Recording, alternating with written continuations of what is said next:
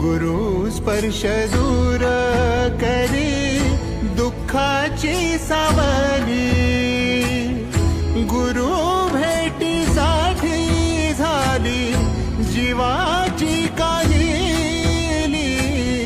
भक्त तुझा गुरुदेवा पुरता अटला, भेटला विठ्ठला